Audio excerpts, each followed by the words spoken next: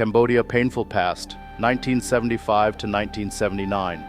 The full, detailed history of the suffering of the Cambodian people. Voices of the lost, stories for the future one. The fall of Phnom Penh, April 17, 1975, a day that began with hope but ended in horror. On the morning of April 17, 1975, the people of Phnom Penh believed peace had finally arrived after years of civil war. Many hoped the Khmer Rouge victory meant an end to bombing, hunger, and fear. Children cheered, people waved white cloths, families came out of shelters and hospitals, thinking the nightmare of war was over, but within hours their hopes were shattered. Khmer Rouge soldiers, young armed teenagers in black revolutionary uniforms, began shouting orders, "Leave the city immediately. American bombs are coming. You will return in 3 days." People were forced to leave. Hospital patients with IV tubes still attached, mothers who had just given birth, elderly people who could barely walk, children separated from their parents, Buddhist monks driven out of pagodas, teachers, students, shopkeepers. Everyone. Phnom Penh, once a lively capital with 2 million people, was emptied in less than 24 hours. Along the roads, thousands collapsed under the heat. Many never made it out of the city alive. This forced evacuation was the beginning of year zero. The Khmer Rouge planned to erase Cambodia's past and start a new society from nothing to. The destruction of identity. Erasing what makes a human. When the Khmer Rouge gained full control, they began destroying everything connected to modern life, culture, or individuality. They banned money, suddenly worthless markets and trade, forbidden religion. Monks were defrocked or killed. Schools and universities, education was dangerous. Books, photos, art, all burned. Traditional ceremonies, weddings, festivals, funerals, family loyalty seen as a threat to Angkar.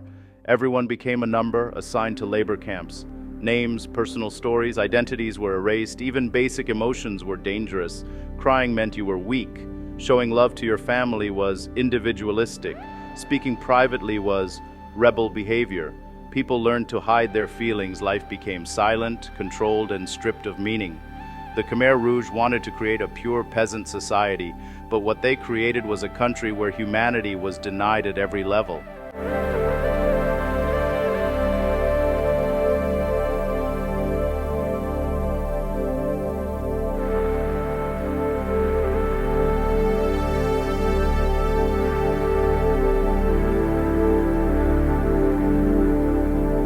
Three, life in the cooperative's everyday existence became a battle for survival across the country. Millions were forced into agricultural labor camps called cooperatives. Daily life was defined by endless hard work. People worked 12 to 18 hours a day, in rain, mud, and burning sun, with no rest days, with no proper tools, often barefoot even when sick or injured. Tasks included digging massive irrigation canals, carrying soil in baskets, planting rice by hand, harvesting crops, building dams and reservoirs, cutting forests, moving stones and timber, feeding livestock. Failure to work fast enough could lead to execution, starvation as a weapon. Food was controlled by the Angkar.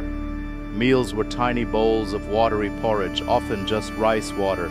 Many had to survive on leaves, grass, insects, snails, tree bark, frogs. Anything that kept them alive. People were constantly hungry. Mothers gave their portions to children. Some died with their stomachs completely empty. Disease and exhaustion. With no medicine or rest, small illnesses became deadly. Malaria, diarrhea, dysentery infections, fever, malnutrition, vitamin deficiency, snake bites. Thousands died in the rice fields, too weak to continue. Labor camps became silent graveyards. 4. Fear and execution, living under suspicion, where every breath could be your last. The Khmer Rouge ruled with extreme paranoia. They believed that enemies were everywhere, even among loyal villagers. Anyone with knowledge or skill was a threat. Teachers, doctors, engineers, students, writers, artists, musicians, monks, officials, soldiers of the old government, those who spoke French, English, Thai, Vietnamese, people who wore glasses, a symbol of education. Even simple things could lead to execution. Crying, finding food in the forest, whispering, asking questions, being sick, having soft hands, meaning not a farmer. People disappeared at night and were never seen again. S21, Tuol Sleng. This prison became the center of torture and execution. Of the nearly 20,000 people taken there, only around a dozen survived. Victims were beaten, electrocuted, starved, forced to confess crimes they never committed, taken to the killing fields, buried in mass graves. Cambodia became a land of silent fear.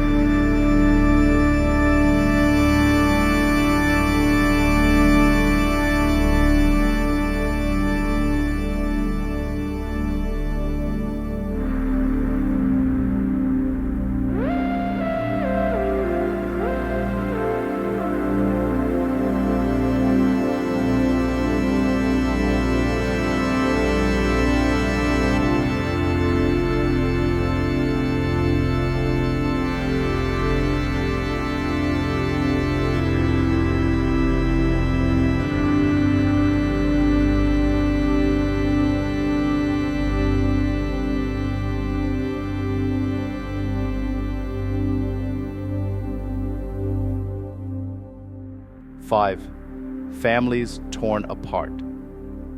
The deepest wound in the Cambodian soul. One of the Khmer Rouge's main goals was to destroy family bonds. Children taken away. Children were placed into revolutionary youth groups, child soldier units, spy networks. They were taught, Angkar is your real mother and father. Children were encouraged to report their parents. Even innocent comments could lead to deadly accusations. A child saying, my mother is tired, could result in the entire family being executed. Emotions were forbidden. Parents had to hide their love. They could not comfort their children. A mother who cried for her lost son risked being taken away and killed. Families ate separately. They slept in different places. They worked in different units. The Khmer Rouge tried to break the human heart, but the memory of family stayed alive inside the people, even in silence. 6. Disease, hunger, hopelessness. When even a minor fever could mean death, the Khmer Rouge destroyed Cambodia's medical system. Hospitals were abandoned, doctors were executed, medicine was declared capitalist. People tried to survive with leaves, roots, salt water, prayers, but diseases spread quickly. Malaria, dengue, tuberculosis, cholera, malnutrition, related blindness, severe dehydration.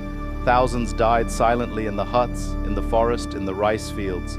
People were buried without proper funerals. Sometimes 3 or 4 bodies shared one grave because there was no time to dig more. The country became a land of bones. 7. The end of the nightmare, January 7th, 1979. When light finally returned after 4 years of darkness on January 7th, 1979, Vietnamese forces entered Cambodia. For survivors, it was the first moment of hope in 4 long years. Some cried, some collapsed, some called for their families, not knowing if they were alive. The Khmer Rouge fled into the jungles. People slowly returned to their villages. They searched for their loved ones, often finding empty houses and silent fields. A country broken, but alive. Cambodia was left with empty cities, destroyed infrastructure, mass graves across the land, orphans with no families, survivors traumatized for life. But the people survived. They rebuilt, they preserved their stories, and they carried the memory of those who never returned. Between 1975 and 1979, nearly 2 million Cambodians died. Their voices were silenced, but their stories will never be forgotten. We tell these stories to honor them and to remind the world that this tragedy must never happen again. This is Cambodia's painful past. This is the history of our suffering. This is the memory of our people.